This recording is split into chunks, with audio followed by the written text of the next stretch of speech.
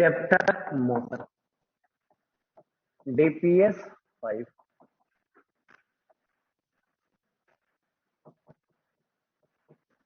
Question number second. A person sitting on the top of tall building is dropping ball at a regular interval of 1 second. यहाँ एक आदमी है, ये ground है, यहाँ से बॉल गिराया जा रहा है एक एक सेकंड के इंटरवल पे। Find the position of third fourth and fifth ball when 6 ball being drop. छठा बॉल क्या किया जा रहा है? ये गिराया जा रहा है। पांचवा बॉल कहाँ पे होगा?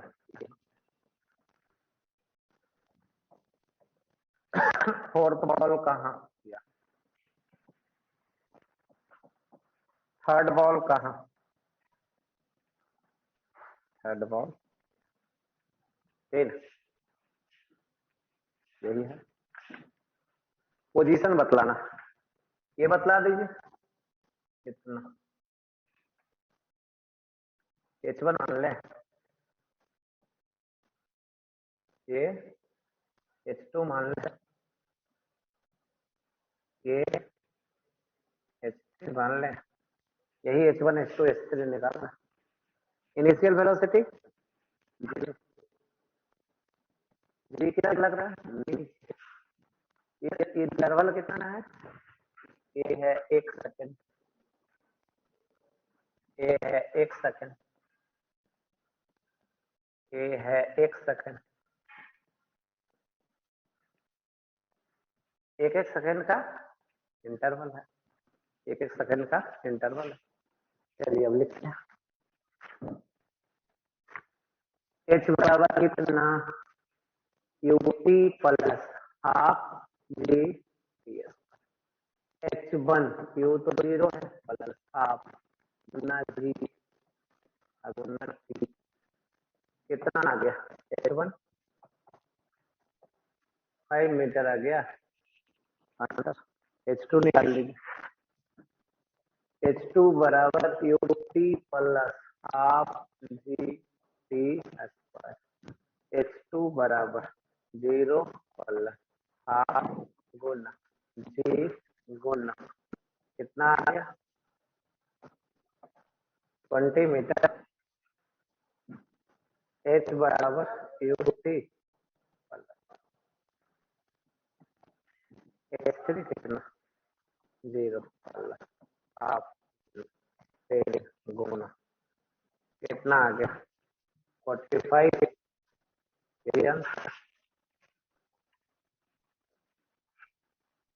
चलो और कौन सा बतला दे? 9 कोई है?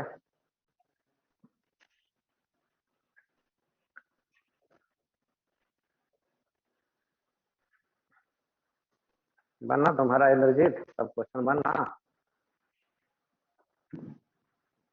कोई नहीं बना इसमें?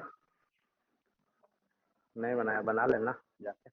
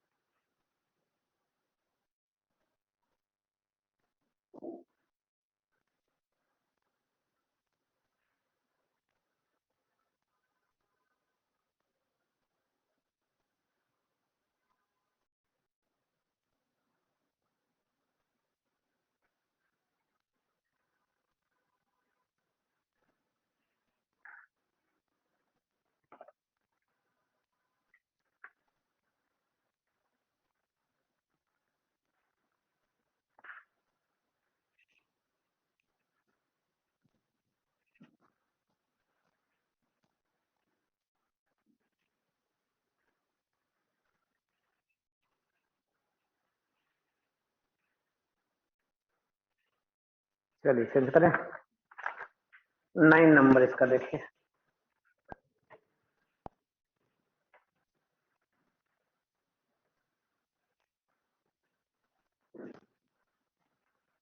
After 1 second the velocity of the projectile makes an angle 45 degree with the horizontal.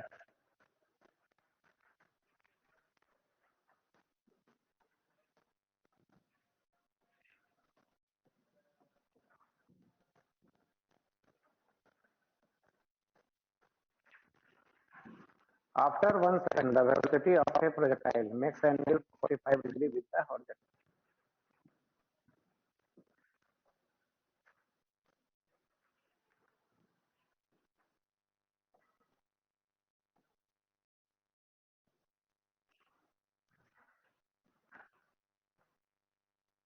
यहाँ मान लीजिए 1 सेकंड के बाद यहाँ पे वेलोसिटी कितना 45, किससे 45, फिर 1 सेकंड के बाद कहाँ ये हॉरिजॉन्टल चल रहा ओ ए सी। After 1 second, the velocity of projectile makes an angle 45 degree with the horizontal. After another 1 second, it's traveling horizontally. 1 second के बाद और ये ट्रेवल करता है कहाँ हॉरिजॉन्टल। प्रोजेक्टाइल पाथ में हॉरिजॉन्टल कहाँ ट्रेवल, प्रोजेक्टाइल पाथ पे हॉरिजॉन्टली कहाँ ट्रेवल करता है। The magnitude of the initial velocity and angle of projection are the magnitude of initial velocity u बतला देना और थीटा बतला देना, u और थीटा बतलाना। चलिए देखिए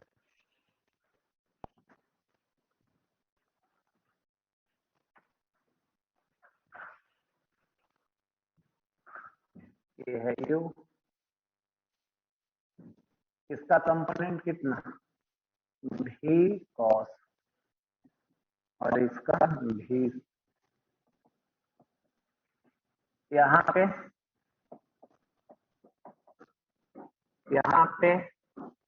u sin और u cos, ये ना। चलिए कहाँ से कहाँ टाइम लगा, ओ से 1 सेकंड, फिर P से 1 सेकंड, O से P 1 सेकंड, P से A 1 सेकंड।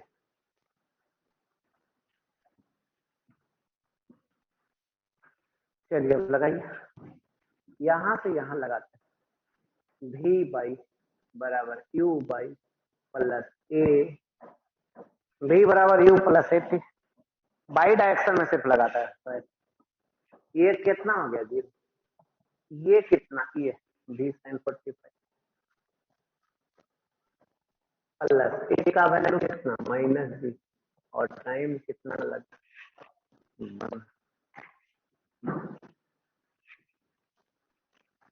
B का वैल्यू रख दीजिए, B sin 45 क्या जी ना, V cos 45 कितना, इतना ही, V sin of V cos 45, sin 45 cos 45 equal V बराबर। अब देखिए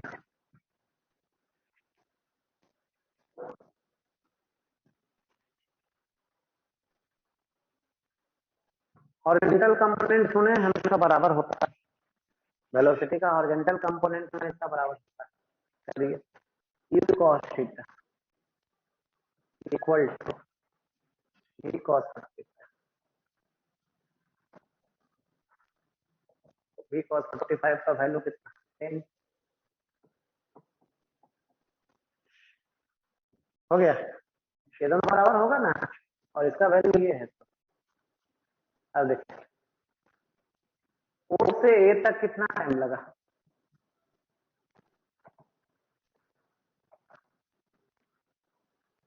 2 सेकंड, नहीं यहाँ से यहाँ 1 सेकंड, फिर 1 सेकंड तो 2 सेकंड। ओ से ए तक टाइम को क्या बोलता है? Time of accent. प्रोजेक्टाइल में टाइम ऑफ एसेंट क्या होता है? You sine theta by,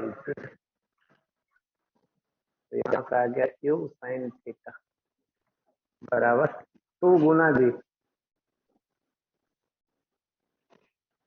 you sign theta बराबर 2 गुना जी, 20 ना, हो गया। You cos theta 10, you sine theta 20, तो यू और थीटा निकलेगा नहीं? ऐसे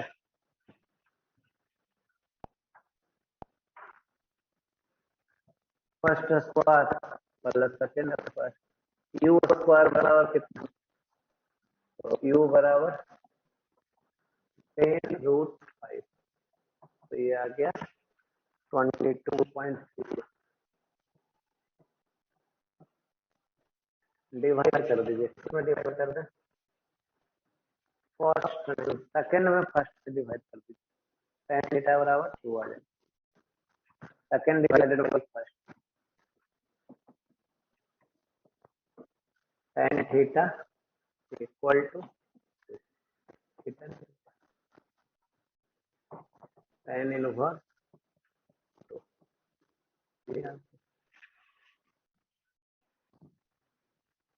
चलिए लिखिए।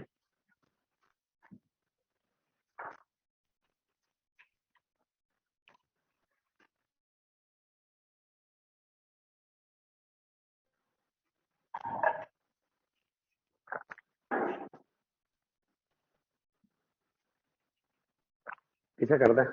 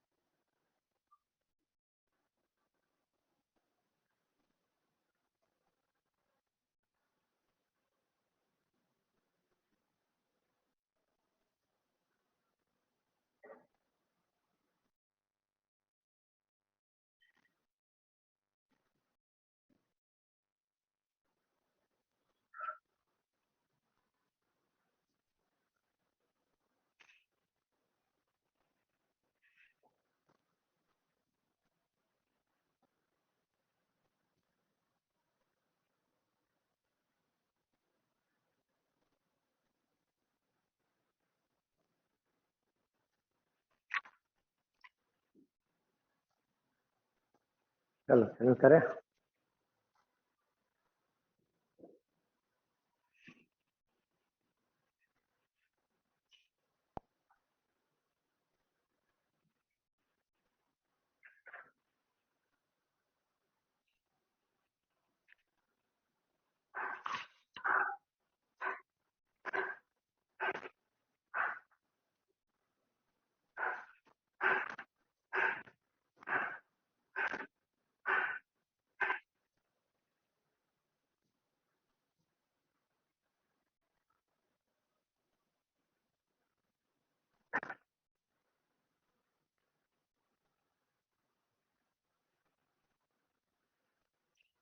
चलिए अब आगे बढ़ते हैं।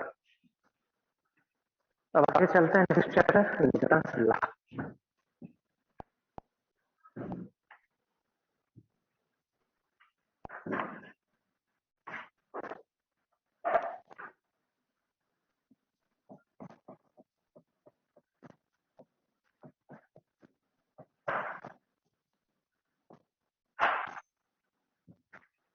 सबसे पहले पढ़ते हैं free body diagram. Free body diagram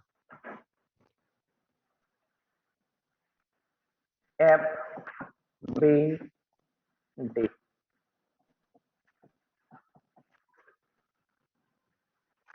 सबसे पहले पढ़ते हैं फ्री बॉडी डायग्राम। किसको बोलते हैं free body diagram? It is the force diagram. It is the force diagram when body is free from the surrounding.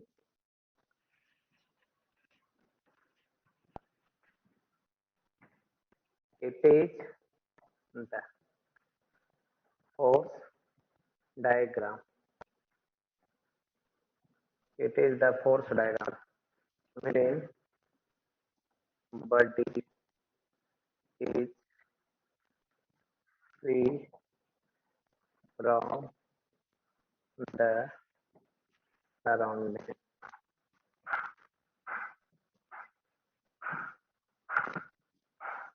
It is the force diagram when body is free from the surrounding. पहले लिखिए।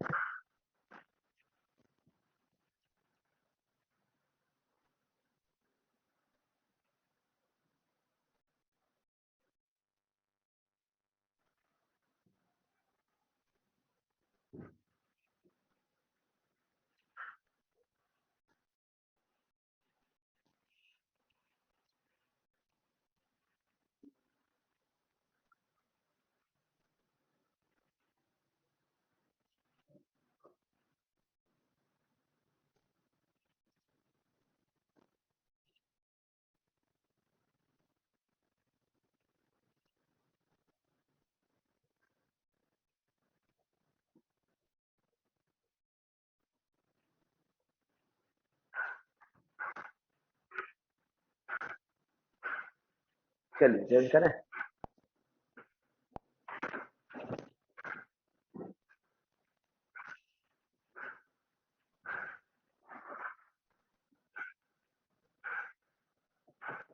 चलिए क्या करना है? Free body diagram खींचना है। कैसे खींचे?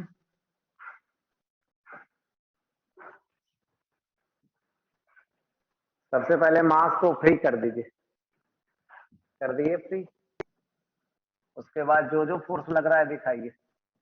ये है नॉर्मल, ये है mg, ये है और ये है। चलिए अब लिखिए फोर्स बराबर मास बोलना। वर्टिकल डायरेक्शन में कोई मोशन नहीं है, तो जितना फोर्स ऊपर उतना फोर्स। वर्टिकल डायरेक्शन में कोई फोर्स नहीं है, तो जितना फोर्स ऊपर उतना फोर्स नहीं है। ठीक ना? चलिए और से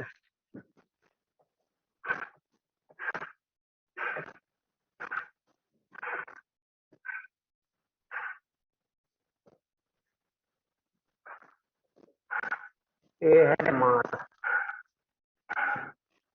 ये है रस्सी और ये है मास। सेलिंग से हैंग कर रहा है।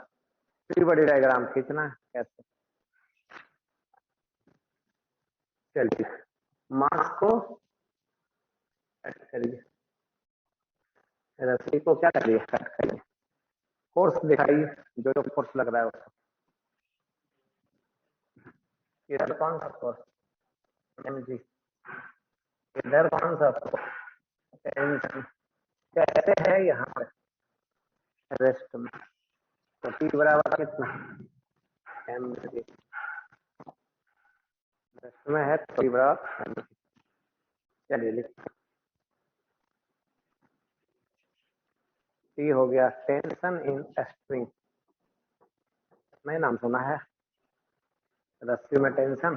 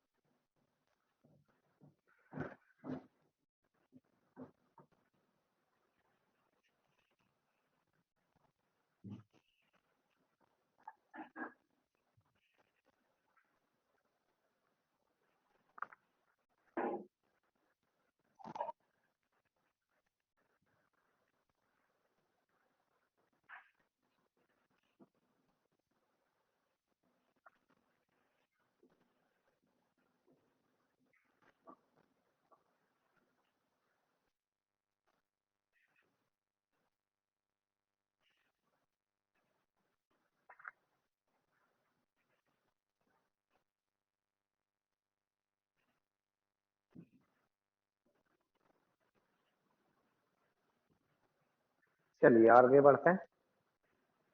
How we draw the free body diagram, free body diagram कैसे खींचे।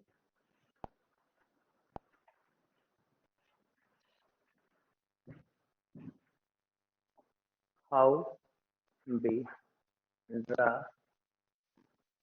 The free body diagram, how we draw the free body diagram, free body diagram कैसे खींचे, क्या रूल है,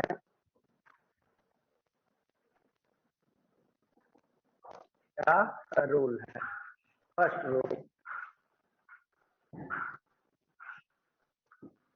first rule, first we identify, first we identify the body for which we have to draw the free body diagram, FBD. First we identify the body for which we have to draw the free body diagram. सबसे पहले body को identify करेंगे, जिस body को free body diagram खींचना है। दूसरा, after that B free the body, after that B free the body, after that B free the body and so all the forces, and so all the forces with the help of Newton's third law, with the help of Newton's third law,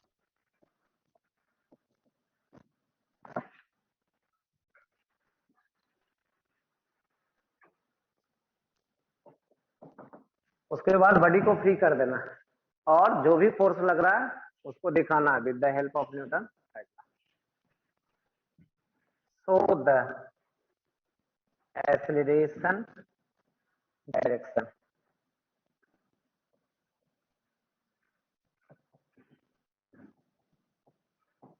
so the acceleration direction, or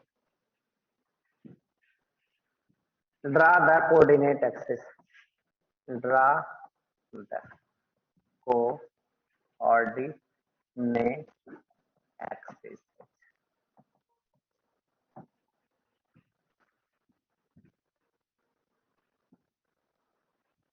if any force, if any force is not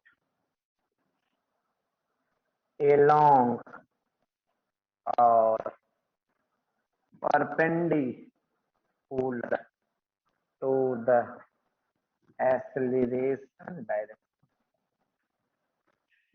if any force is not along or perpendicular to the acceleration direction,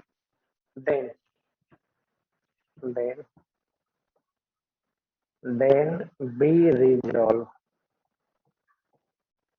it into two components.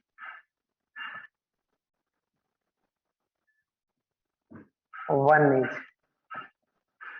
along the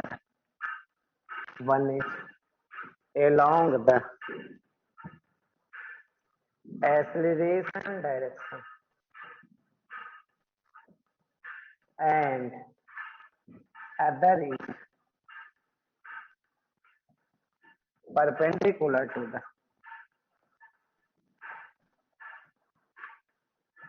acceleration direction.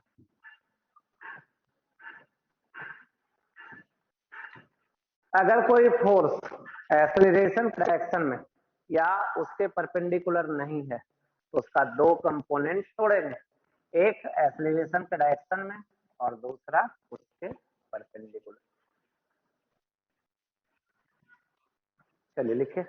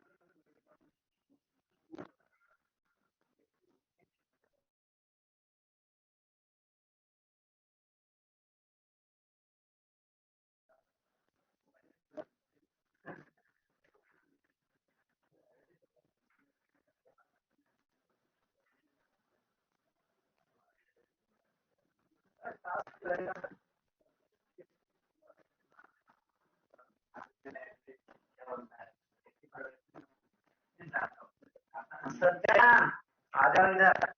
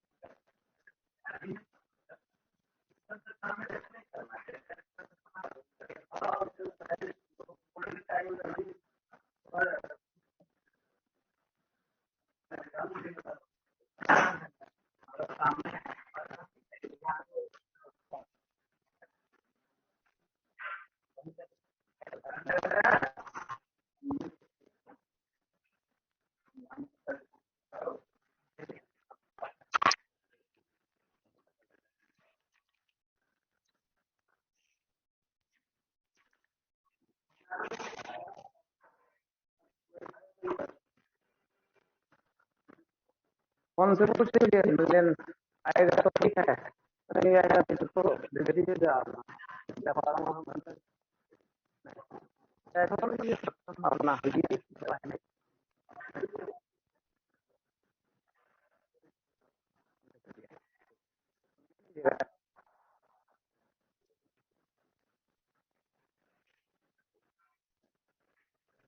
चलिए हो गया। चलिए चलिए और आगे चलते हैं। इसमें बस एक ही इंपॉर्टेंट है, ये किस फोर्स का कंपोनेंट तोड़ है। तो वैसा फोर्स जो एक्सीलरेशन के डायरेक्शन में या परपेंडिकुलर नहीं है उसका दो कंपोनेंट तोड़ना, जो एक्सेलरेशन के डायरेक्शन में है उसका कंपोनेंट नहीं तोड़ेंगे। और लास्ट में है 6, lastly write down the lastly write down the force equation. Lastly write down the force equation with the help of Newton's second law. With the help of Newton's second law. Newton's second law.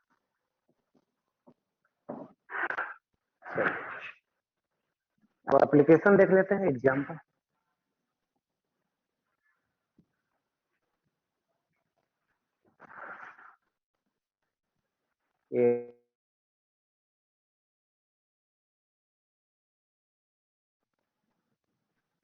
ये है surface rough.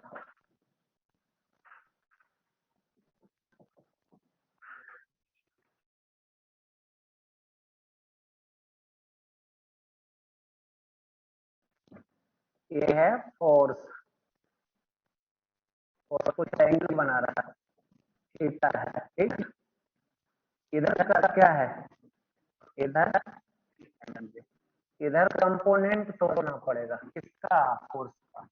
इधर क्या होगा, F cos या sign, तो जिधर theta लगा रहा है उधर कॉस और उससे परपेंडिकुलर साइन। रफ सरफेस है, क्या है, तो फ्रिक्शन भी लगेगा और एक्सीलरेशन भी होगा। हॉरिजॉन्टल डायरेक्शन में लिखिए, net force F cos theta, किसमें किसको घटाएंगे और क्यों घटाएंगे, दोनों अपोजिट डायरेक्शन में है। एफ कॉस थीटा और फ्रिक्शन तो घटे, कौन बड़ा है, एक्सीलरेशन डिसाइड कर रहा है, नहीं जिधर चल रहा है उधर एक्सीलरेशन उधर बड़ा है। F cos theta net force है, नेट फोर्स बराबर मास गुना वर्टिकल डायरेक्शन में, नहीं चल रहा है वर्टिकल डायरेक्शन में, तो जितना फोर्स ऊपर उतना नीचे। ऊपर कौन सा है, एफ साइन प्लस एन, नीचे एम जी। हो गया इक्वेशन, चलिए जल्दी लिख लीजिए तब आगे चले।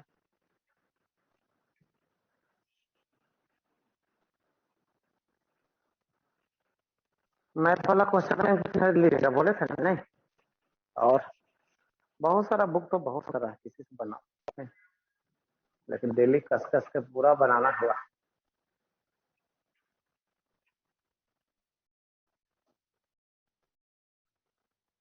क्या तुम नहीं आता है, हाँ, चला गया। और तुम इंद्रजीत आया था, कुछ करके आया था, दिखाया नहीं था, नहीं आके दिखाना है, तीनों सब्जेक्ट चेक कराना है, नहीं पूरा हम 12 व्यस्त रहेगा ना, कोई न कोई आते ही रहेगा, उससे कोई मतलब नहीं, नहीं कोई भी बैठा रहे तो जाके दिखाना है, चेक कराना है, पूछना है, समझ ना, सब निकल के एकदम आना है और बस वापस नहीं। अब मेहनत करके देखो, 6 महीना है ना अभी टाइम, 6 महीना करके देखो क्या होता है, नहीं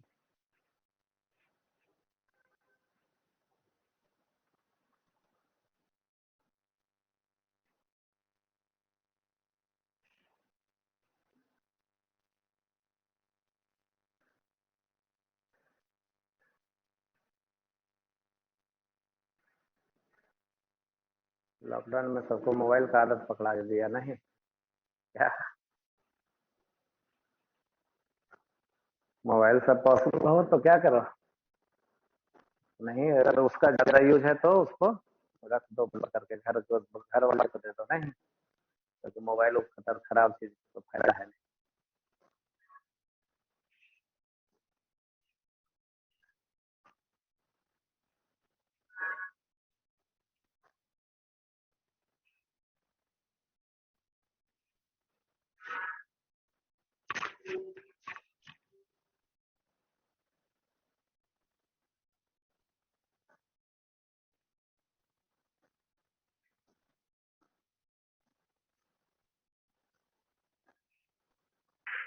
चलिए आगे चले।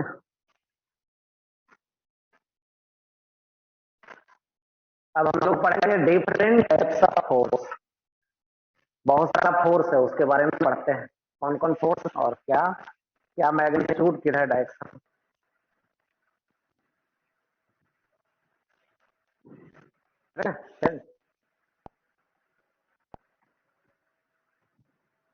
Different types of forces, different types of the force. पहला फोर्स कौन सा? पहला फोर्स वेट। पहला फोर्स वेट। डब्ल्यू से भी डिनोट करते हैं या mg से भी डिनोट करते हैं। mg क्या है? फोर्स है। मैग्नीट्यूड कितना? मास गुना एक्सीलरेशन ड्यू टू ग्रेविटी के बराबर mg। डायरेक्शन किधर? Vertically downward.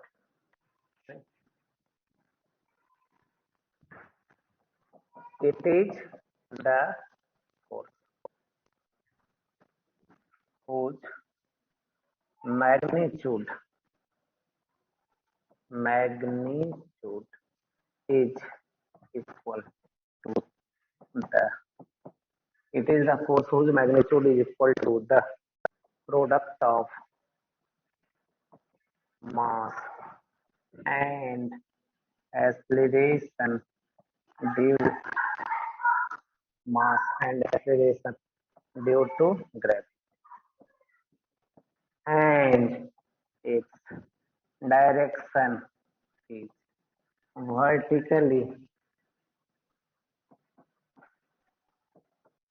downward direction, vertically downward direction towards earth center। mg किधर रहेगा? वर्टिकली डाउनवर्ड टुवर्ड्स अर्थ सेंटर। चलिए एग्जांपल देख लेते हैं। ये है सरफेस, mg दिखाना रहेगा, किधर दिखा देते हैं? नीचे। एग्जांपल सेकंड, अगर अर्थ ऐसा है, अगर अर्थ ऐसा है, सेंटर ये है, मास यहाँ है, तो mg किधर दिखाते हैं? और अगर मास यहाँ है तब mg कैसे दिखाएंगे? सेंटर के तरफ इधर दिखाएंगे mg। यहाँ पे नहीं, चलिए लिख।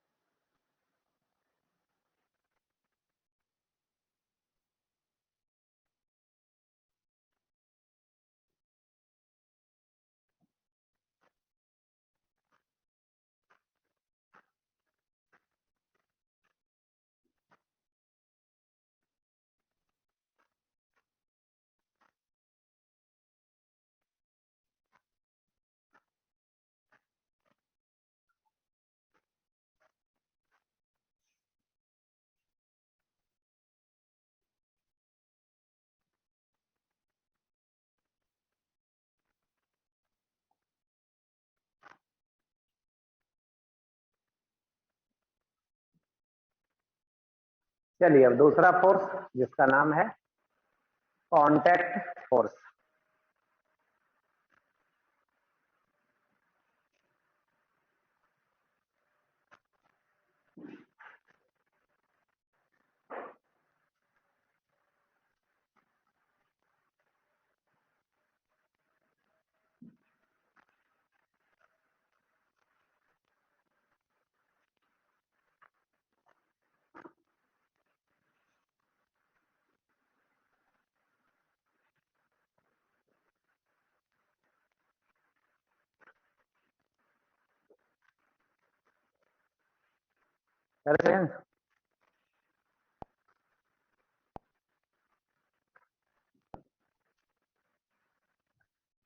चलिए ए में था वेट और बी में है कांटेक्ट फोर्स। किससे डिनोट करते हैं? आर या एन से। ये क्या होता है? It is the force which is acting between the masses when masses are contact to each other। जब एक मास दूसरे में टच करेगा तब कॉन्टैक्ट फोर्स लगेगा। It is the force acting, it is the force acting between the two masses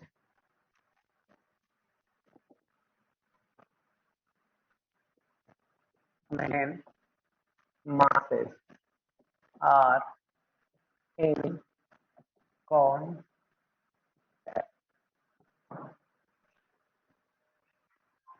चलिए example,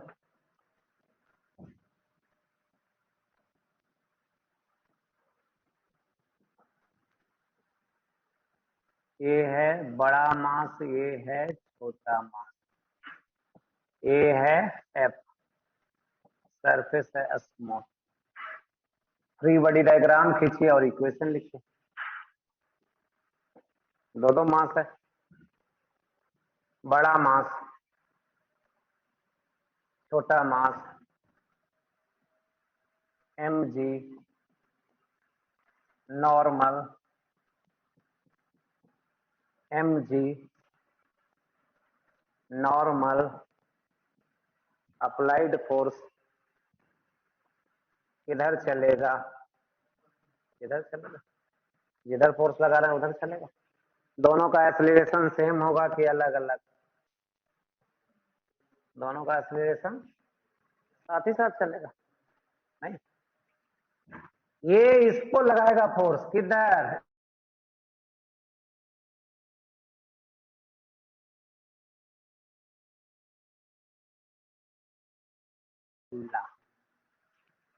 ये लगाया इस पे इधर और ये लगाएगा उस पे। यही हो गया फ्री बॉडी डायग्राम। बड़ा मास इक्वेशन लिखिए। कौन बड़ा? एफ बड़ा कि आर बड़ा? एफ बड़ा। नेट फोर्स बराबर मास गुना एक्सीलरेशन। इसके लिए फोर्स कितना बराबर मास गुना, बाकी वर्टिकल डायरेक्शन में n2 बराबर कैपिटल एम जी, n बराबर f0। यही हो गया। या ऐसे लिख लीजिए, एक्सीलरेशन निकालना रहेगा तो कैसे?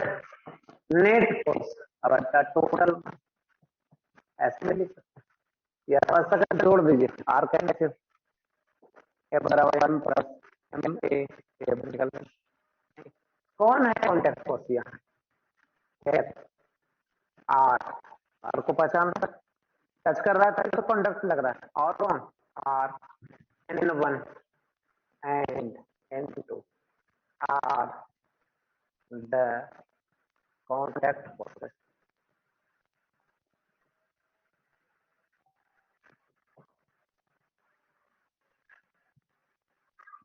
ये तीनों क्या है? कांटेक्ट फोर्स है। एक दूसरे से टच में है तब ना। हवा में रहता तो नॉर्मल लगता, नहीं लगता। चलिए ठीक है।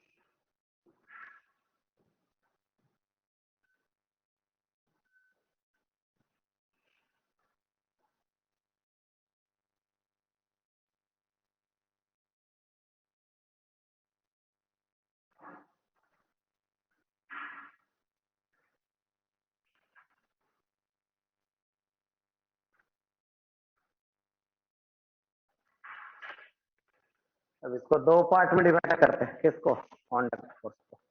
एक है नॉर्मल रिएक्शन और दूसरा reaction force.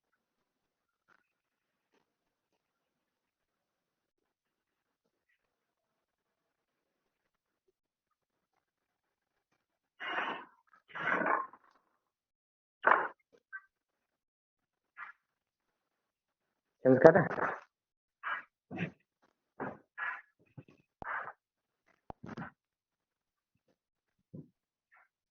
two types of the contact forces। पहला कौन सा है, नॉर्मल रिएक्शन,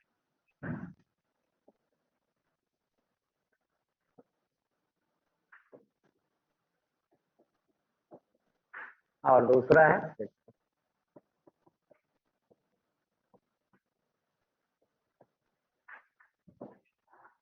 चलिए पहले मिलते हैं किससे, normal reaction.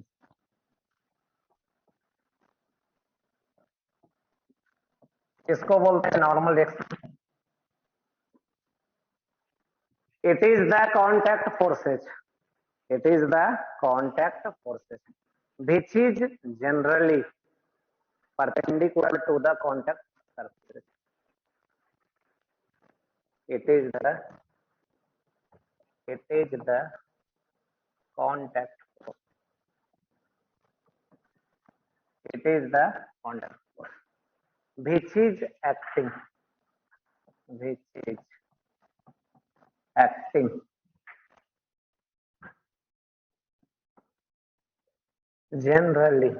generally perpendicular to the contact surfaces,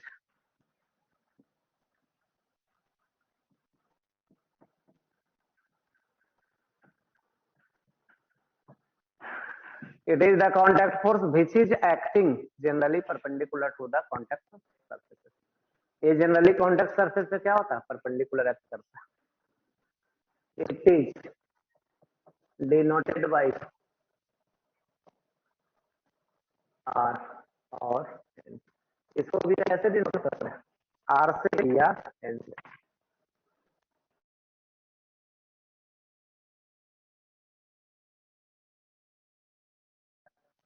normal reaction,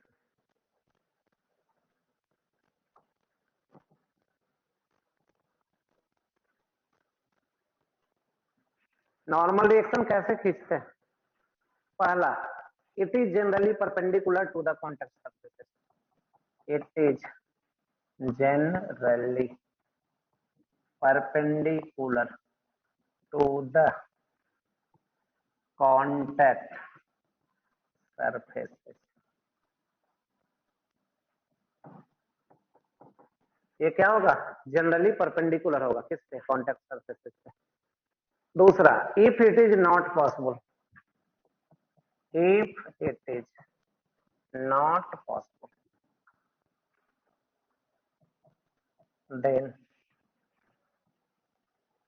it is perpendicular to the body। अगर ऐसा खींचना पॉसिबल नहीं हुआ तो ये क्या होगा, बॉडी पे परपेंडिकुलर होगा। अगर सरफेस पे परपेंडिकुलर खींचना पॉसिबल नहीं हुआ तो किस पे परपेंडिकुलर होगा, बॉडी पे। और अगर ये भी पॉसिबल नहीं हुआ, तीसरा, if above both points first and second are not possible, then we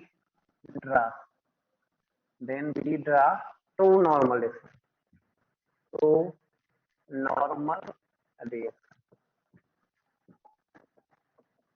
one is along the horizontal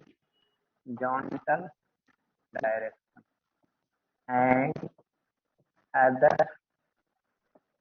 other is along the vertical direction. चलिए लिखिए इसको।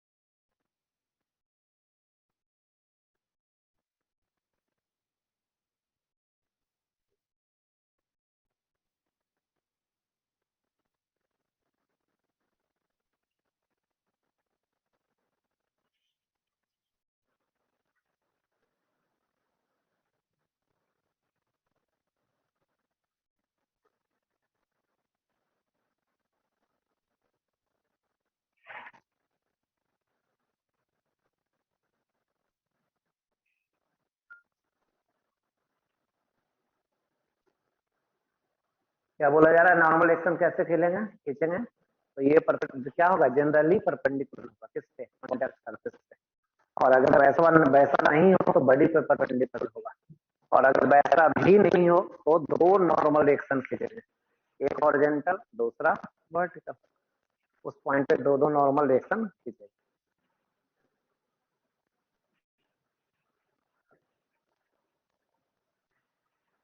चलिए और आगे चलते हैं।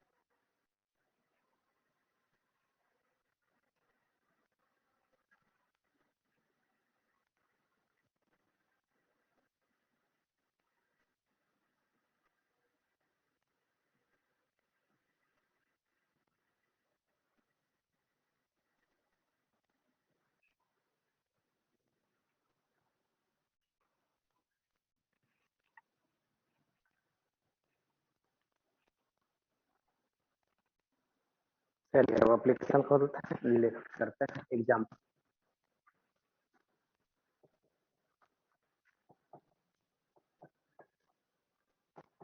अगला, एक ही मास है। बड़ी डायग्राम खींची। नीचे कौन सा,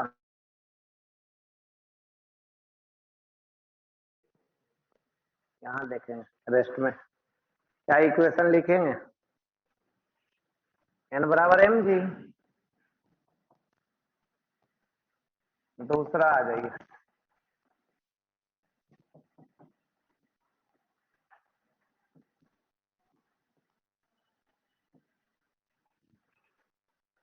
कितना मास है? छोटा और सबसे बड़े डायग्राम पे छोटा का देखिए, इधर कौन सा, इधर कौन सा बड़ा का देखिए, इधर कौन सा, नीचे कौन सा, ये लगाया इस पे, ये लगाएगा इस पे ऊपर और ये लगाएगा इस पे। अब दो दो फोर्स नीचे लग रहा है, दो दो फोर्स नीचे लग रहा है, इसके कारण नीचे जाना चाहेगा, कौन रोकेगा? क्या लगाएगा? यही है पूरी बड़ी डायग्राम। N1 बराबर कितना?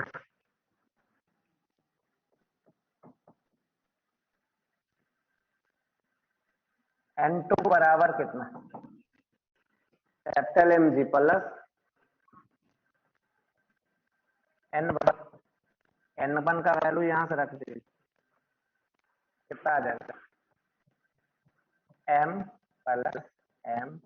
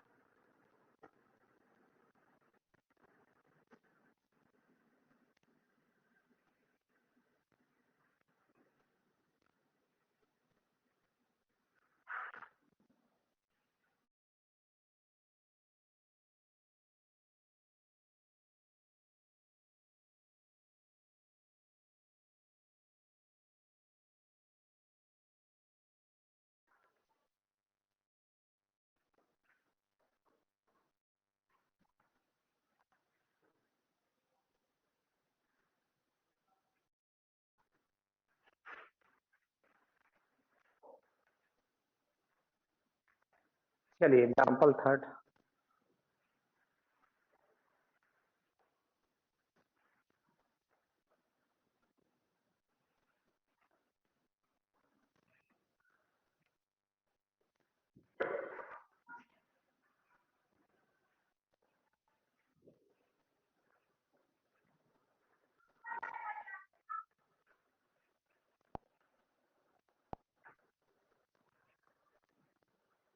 तीसरा example,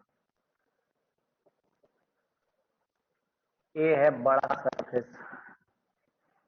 M 3 M 2 M 1। Free body diagram सीखना है। क्या करना है? सबसे पहले किसका?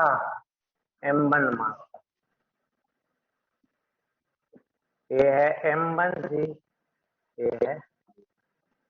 फिर किसका? M2 का, ये है M2 जी, ये है N1, ये है N2। फिर किसका? M3 का, ये है N3 M3, ये है N2। चलिए यहाँ क्या आ गया? N2 इक्वल टू कितना? M2G plus N1। n2 equal to m2g plus m1g, यही लिख रहा था सीधा, m1 प्लस m2,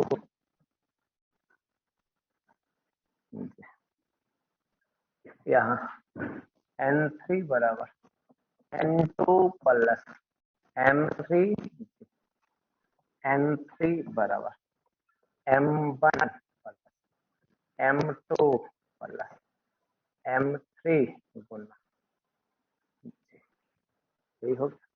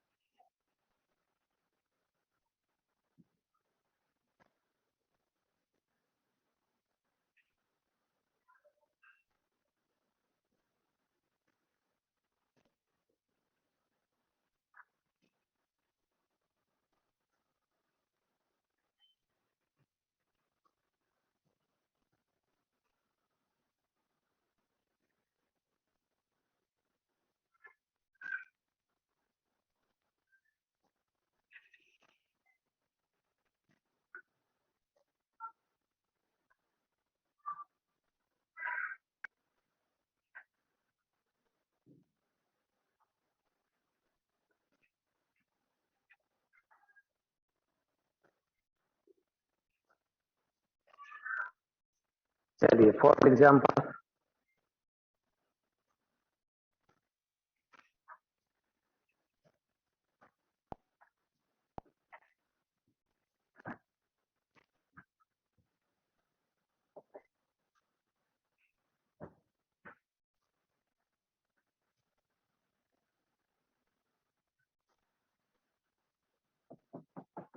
ये है फिक्स बेज, क्या है फिक्स बेज,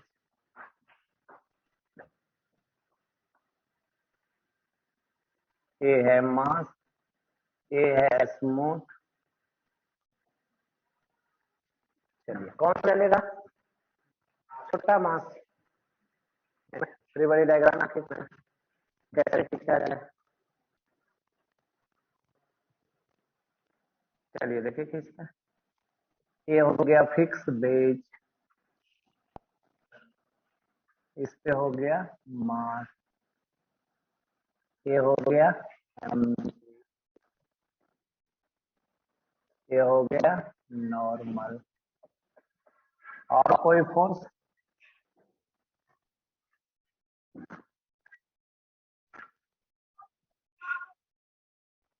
तो दो ही फोर्स लगेगा, नॉर्मल और mg। किधर चलेगा, इसका कंपोनेंट तोड़ना पड़ेगा,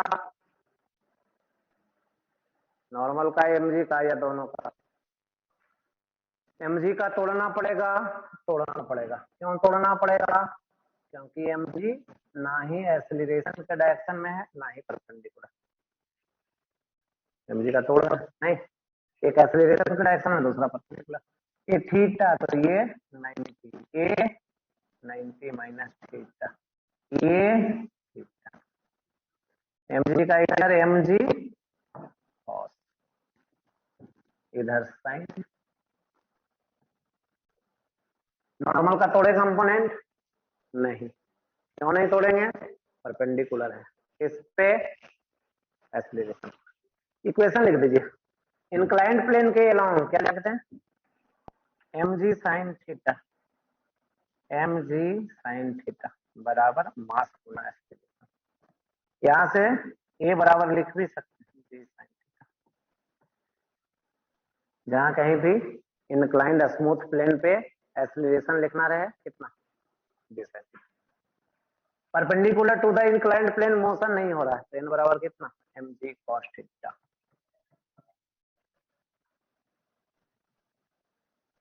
चलिए लिख सकते हैं।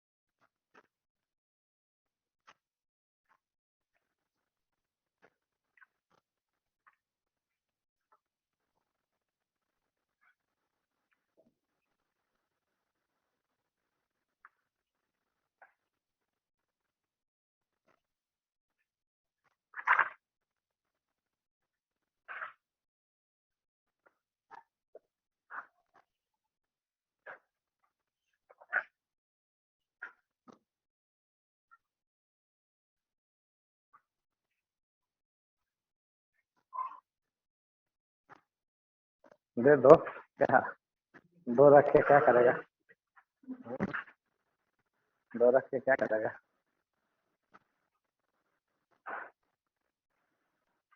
चलिए चेंज करें नंबर 5।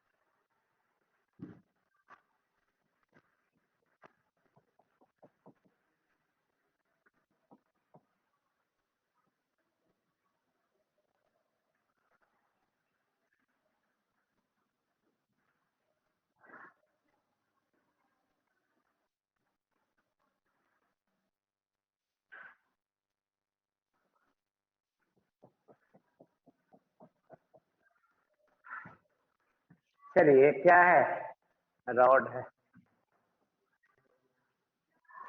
कौन कौन सा फोर्स, यहाँ पे कांटेक्ट फोर्स सेंटर ऑफ मास से एम जी, यहाँ पे कांटेक्ट फोर्स, यहाँ पे कांटेक्ट फोर्स, और कोई फोर्स।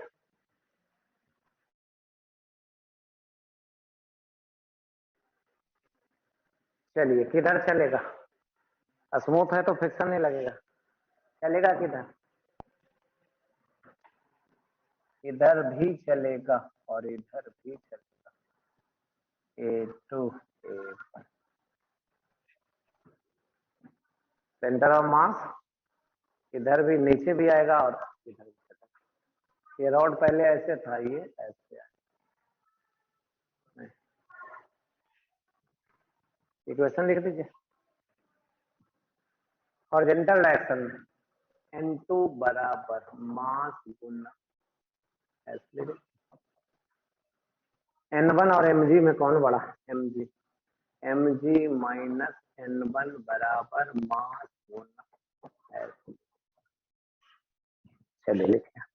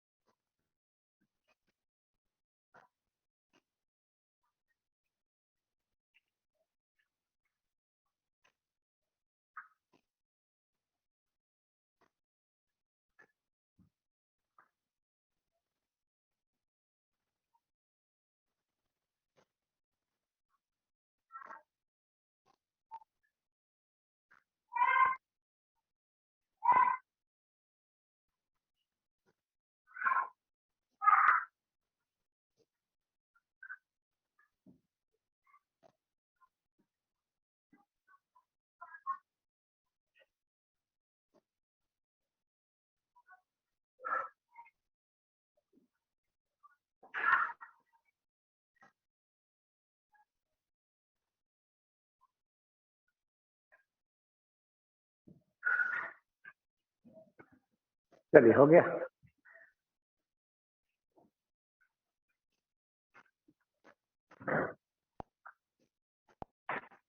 कौन सा नंबर? 6।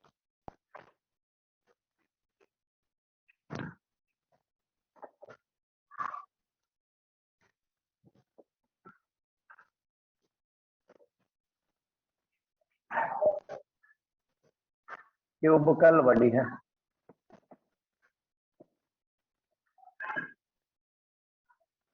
मास भी है, साइड में फोर्स लगाया जाए।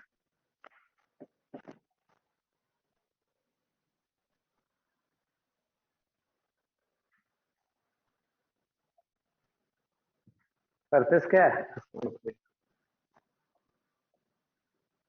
कौन सा फोर्स लगेगा? mg भी लगेगा। और क्या लगेगा? नॉर्मल। किधर चलेगा? एक्सीलरेशन। क्या लिखेंगे? फोर्स बराबर मास गुना।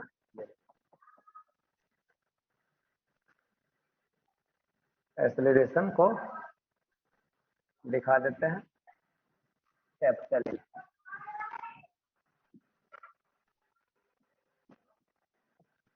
स्मॉल ए क्या है? साइड है। वर्टिकल डायरेक्शन में n बराबर क्या है? अगर यही फोर्स हम लोग कुछ अलग लगा,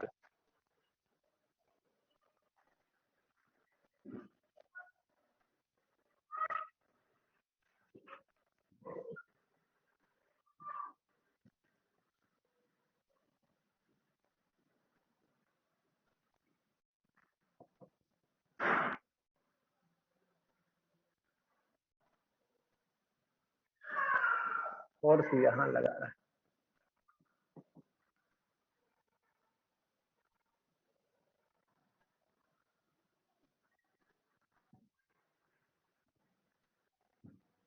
सरफेस क्या है? एक्सीलरेशन। mg कहाँ? नॉर्मल किधर? ऊपर कहाँ से लगाए नॉर्मल? यहाँ सेंटर से नहीं लगेगा नॉर्मल, यहाँ से कुछ शिफ्ट हो जाएगा, सेंटर से नॉर्मल नहीं लगेगा,